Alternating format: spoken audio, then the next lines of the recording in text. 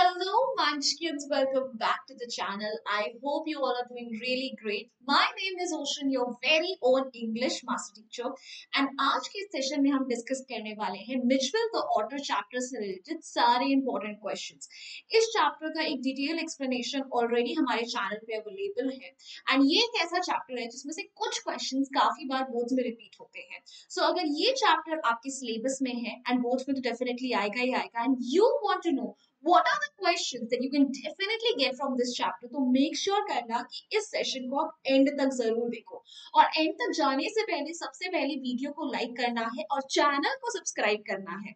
उसे करे बिना कोई आगे नहीं बढ़ेगा. चलिए फिर आगे बढ़ते हैं. Let's quickly discuss the session flow. तो बच्चा पार्टी, आज के इस सेशन में हम डिस्कस करने वाले हैं मिचवेल द ऑर्डर से रिलेटेड सारे के सारे शॉर्ट और लॉन्ग क्वेश्चन आंसर जो कि आप अपने एग्जाम में एक्सपेक्ट कर सकते हो. There are always a certain set of questions जो कि हर चैप्टर से बोर्ड्स के फेवरेट होते हैं, और ऐसे ही कुछ फेवरेट क्वेश्चंस हम आज आपके सामने लेकर आए हैं कि आपने अगर इन क्वेश्चंस को कर लिया तो पक्का आपके एग्जाम में इस चैप्टर से रिलेटेड तो यही क्वेश्चंस आने हैं. चलिए फिर let's just get dive directly into the video and start discussing the short question answers. तो आपको पता है कि शॉर्ट क्वेश्चन आंसर आपके एग्जाम में 3 मार्क्स के आते हैं. तो अब हमने आगे जो भी क्वेश्चंस आपके सामने लाए हैं वो ऐसे क्वेश्चंस हैं जो कि आपके एग्जाम में आपसे 3 नंबर में पूछे जा सकते हैं, बट स्टिल उनके आगे कोई भी एक वैल्यू बेस्ड क्वेश्चन ऐड करके टीचर उन्हें 6 नंबर का भी बना सकता है. सो प्लीज ध्यान दीजिएगा सारे क्वेश्चंस पे. Now here's the question number 1 on your screen. How was Midgeville a source of amazement or London streets? Midvale जो है लंदन की स्ट्रीट्स पे लोगों के लिए बहुत ही अम्यूजिंग क्रीचर का काम करता है. लोग उसे देखकर एकदम से हैरान हो जाते हैं. तो why are they always amazed to see it? तो भाई इसका आंसर सीधा साधा है. जो नॉर्मल लंडनर्स होते हैं ना, उनके लिए ऑटर्स जो है वो बहुत ही अनकॉमन होते हैं. काफी सारे लोगों ने ऑटर को तो कभी देखा ही नहीं होता है, तो वो इस ब्रीड से वाकिफ नहीं होते.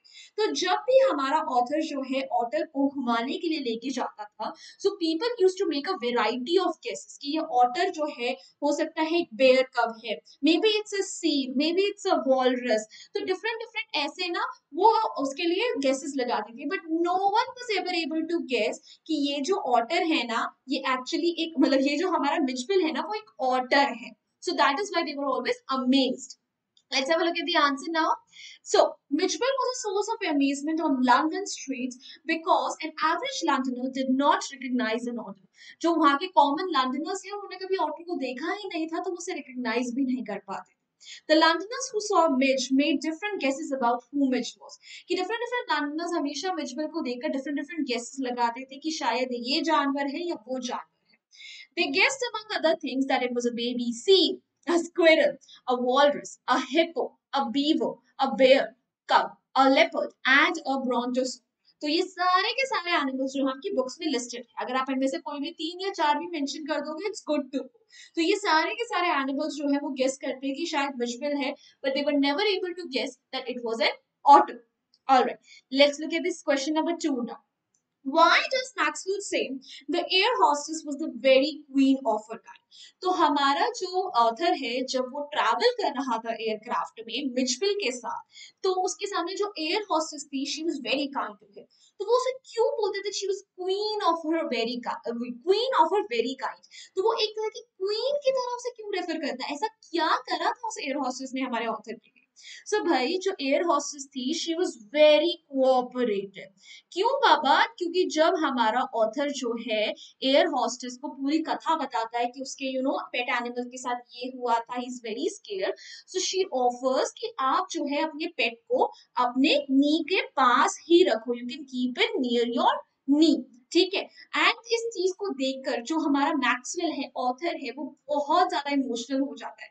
एंड वो ऐसा था, oh my God she is so kind, because usually air hostesses ये चीजें अलाउ नहीं करती है. Now let's have a look at the answer. Maxwell said the air hostess was the very queen of her kind because she was extremely friendly and helpful. She was very sweet. He took her into his confidence about the incident with the box. उसने उसे पूरी box वाली कथा बताई.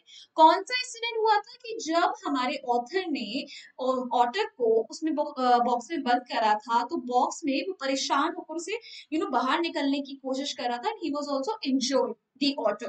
She suggested that he might prefer to have his pet on his knee.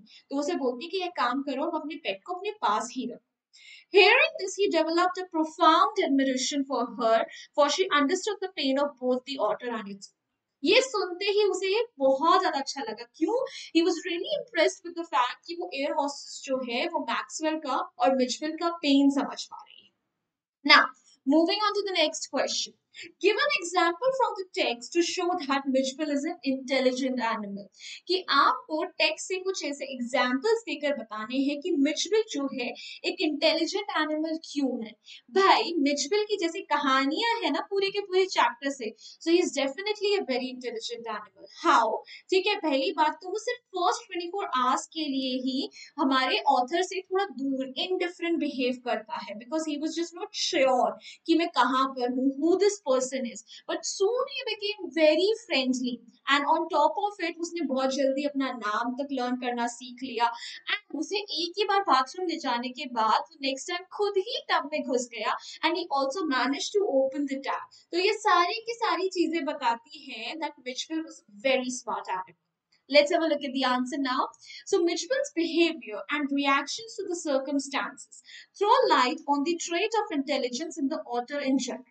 कि मिचबेल का जो normal behaviour और रिएक्शन था डिफरेंट डिफरेंट सिचुएशंस में, वो अपने आप ही इस चीज का गवाह है कि जो ऑटर्स होते हैं ये नेचुरली बहुत इंटेलिजेंट होते हैं.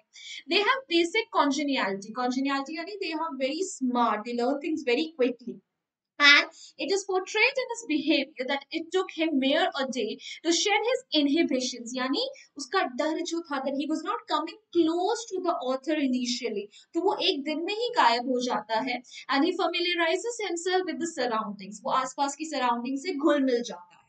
Mitchell's intelligence and sense of logic is reflected in his turning on the tap to get a flow of water. उसकी इंटेलिजेंस का एक बहुत बड़ा प्रमाण तब भी मिलता है जब वो अपने आप बाथरूम टब में घुस के टैप को खोल लेता है. Alright then, moving on to the next question. How did Mitchell pass his time in London?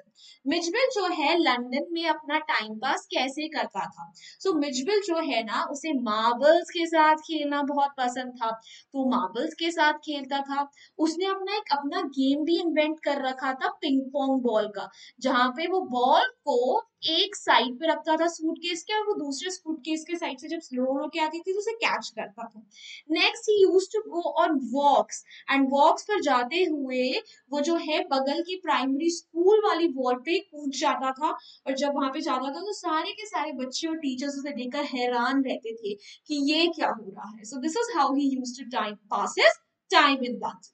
Let's have a look at the answer now. Mitch, on his way home every day, used to take Maxwell to the low wall of a primary school opposite to his flat. कि जो हमारे Maxwell है उसके flat के opposite एक छोटा सा school था, उसकी जो बाउंड्री वॉल थी वो बहुत छोटी थी, तो जो हमारा मिचबिल है वॉक से आते हुए हमेशा उस पर कूद जाता. Mitch would jump on it, gallop the full length of its 30 yards, and cause a hopeless distraction to both pupils and staff within the primary school. और सारे के सारे बच्चे फिर मिचबिल को देखते थे कि वो कैसे बाउंड्री वॉल पे चल रहा है. Mitch also invented his own game with a ping pong ball, and he even used to play with marbles. फिर उसने अपना एक पिंग पॉन्ग बॉल का गेम भी इन्वेंट करा था, और साथ ही साथ वो मार्बल्स के साथ भी खेलता था. सो ये तीन चीजें कर करके वो अपना वहां पे मस्त टाइम पास करता था. Moving ahead, prove that Mitchell loved the water, giving an instance in support of your answer. Now, this is a very, very important question. Mitchell और उसका पानी के लिए प्यार जो है, इस क्वेश्चन को बोर्ड्स में मल्टीपल टाइम्स पूछा गया है. सो इस क्वेश्चन को तो आप डेफिनेटली एग्जाम में एक्सपेक्ट कर सकते हो, इसे अलग अलग तरीके से पूछा गया है. सो ऑटर्स दे नेचुरली लव वाटर. मिचवेल भी जब पहली बार बाथटब में गया तो उसने तूफान मचा दिया.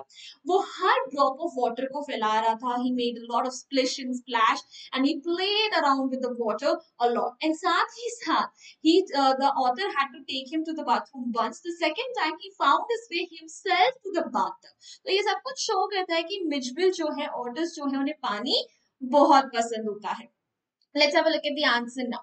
So Mitch loved to play in the water. Only once did the author lead him to the bathroom. Next time, he went to the bathroom on his own. He felt wild in water, plunged and drew. He shot up and down the bathtub and made enough slosh and splash in it. तो मिजबल को bathroom से एक बार ले जाना पड़ता, उसके बाद उसने अपना रास्ता वहीं पर खुद ढूंढ लिया था। फिर जब भी उसे नहाने लेके जब वो बहुत मस्ती करता था, पानी में इधर से उधर कूदता था, सारा पानी इधर उधर फैला देता था। सो एवरीथिंग शोड दैट उसे पानी बहुत ज्यादा पसंद था। Moving ahead now, let's come down to the long question answers now. जो आपके एग्जाम में 6 मार्क के पूछे जाएंगे और इसमें आपसे आराम से वैल्यू बेस्ड क्वेश्चंस पूछे जा सकते हैं। साथ ही साथ कंपैरिजन बेस्ड क्वेश्चन की अगर बात करी जाए तो मिचबिल और टाइगर का कंपैरिजन आपसे, टाइगर इन द जू वाले टाइगर का कंपैरिजन एक बार पूछा गया in the form of a conversation question, जहां पे आपको उनका कॉन्वर्सेशन देना था। ये वाला क्वेश्चन हमने अपने कंपैरिजन बेस्ड क्वेश्चंस में ऑलरेडी कवर कर लिया है। सो आज की इस स्लाइड्स में, पीपीटी में हम सिर्फ बाकी वैल्यू बेस्ड क्वेश्चंस को कवर करेंगे। Now let's have a look at the first question now. Should one own a pet to keep up with the status symbol? कि लोग जो होते हैं अक्सर पेट्स को इसीलिए खरीदते हैं क्योंकि उन्हें लगता है कि अरे एक पेट जो है उनका स्टेटस सिंबल बनेगा। बट क्या आपको पेट्स को सिर्फ अपने शौक के लिए खरीदना चाहिए? No, definitely not. Pets require a lot of care, ठीक है, उनको देखभाल बहुत अच्छे से करनी पड़ती है, उन्हें कदम कदम पे आपके सपोर्ट की जरूरत होती है।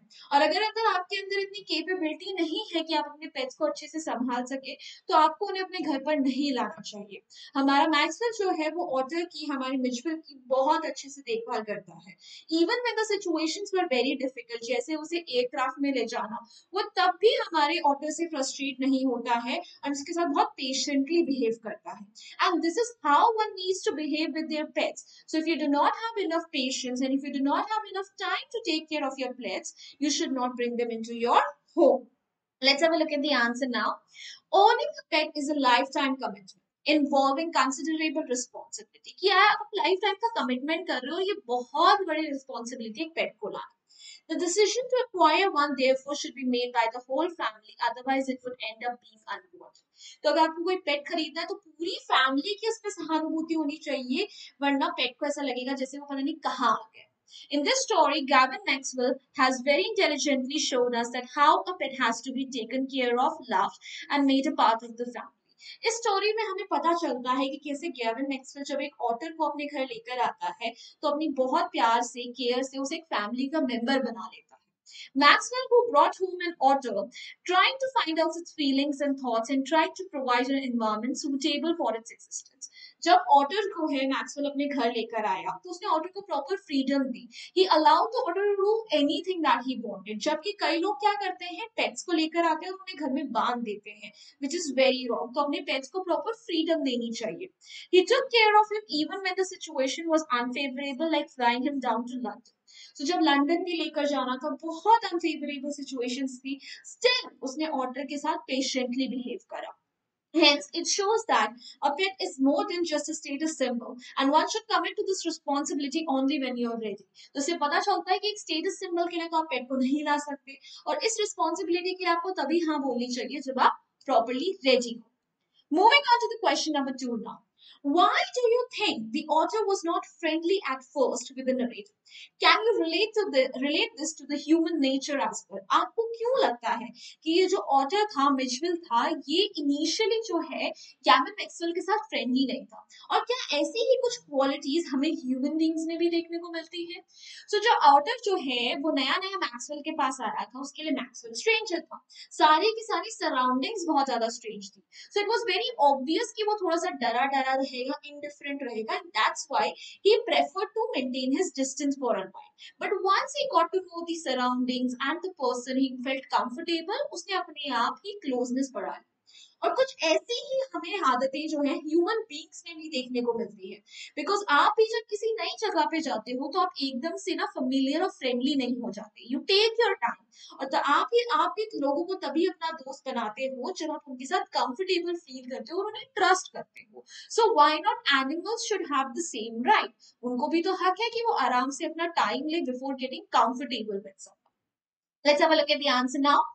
At first, the author was not very friendly with the narrator as he had seen him for the first time. उसके लिए तो first time था ना narrator को देखना. He was brought to a new place and new surroundings. नई जगह है, नई surroundings है author के लिए. He neither knew the narrator nor the place which made him stay away from the narrator. ना उसे जगह का पता है, ना उसे narrator के बारे में पता है, तो obviously वो थोड़ा दूर दूर रह रहा. But as soon as he started becoming comfortable with the surroundings, he became friendly and came close to the narrator. तो जैसे ही वो surroundings के साथ comfortable हुआ, narrator के साथ comfortable हुआ, वो अपने normal behavior पे आ गया. This is very similar to human nature. Humans भी ऐसे ही होते हैं. क्यों? Because even the human beings first take time to understand others and then only become friendly with them. Because हम भी अपना time लेते हैं किसी को जानने में, पहचानने में, and then we become friends with them. Unless they're comfortable in being with somebody, they try to stay away from that person. जब तक आप किसी और के साथ comfortable नहीं होगे, obviously आप try करोगे कि आप उनसे दूर ही रहो. Alright, moving ahead. Describe the author's experience with the otter in the aircraft. Author का ऑटर के साथ एयरक्राफ्ट में क्या एक्सपीरियंस था? अरे अरे अरे, ये तो बहुत ही लेजेंडरी एक्सपीरियंस था, क्योंकि सबसे पहली बात तो वो अपने एयर जो फ्लाइट है उसे छोड़ने वाला था, उससे वो छूटने वाली थी एंड वो बस बाल बाल के अपनी फ्लाइट को कैच कर पाए. And once he was in the flight, उसने एयर होस्टेस को बुलाया, उसे पार्सल ऑफ फिश दिया, तो एयर होस्टेस ने उसे बोला कि आप अपने पेट को अपने पास ही.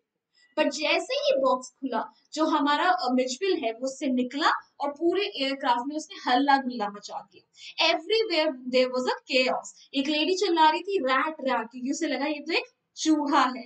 और जैसे ही हमारे ऑथर ने मिचविल को पकड़ने के लिए कूद मारी, उसी टाइम उसकी भूखे सारी फेलो पैसेंजर की करी, यानी उसका खाना उसके मुंह पर लग गया. So it was a very messy flight overall, but वो किसी ना किसी तरह से लंदन ले ही गया. Let's have a look at the answer.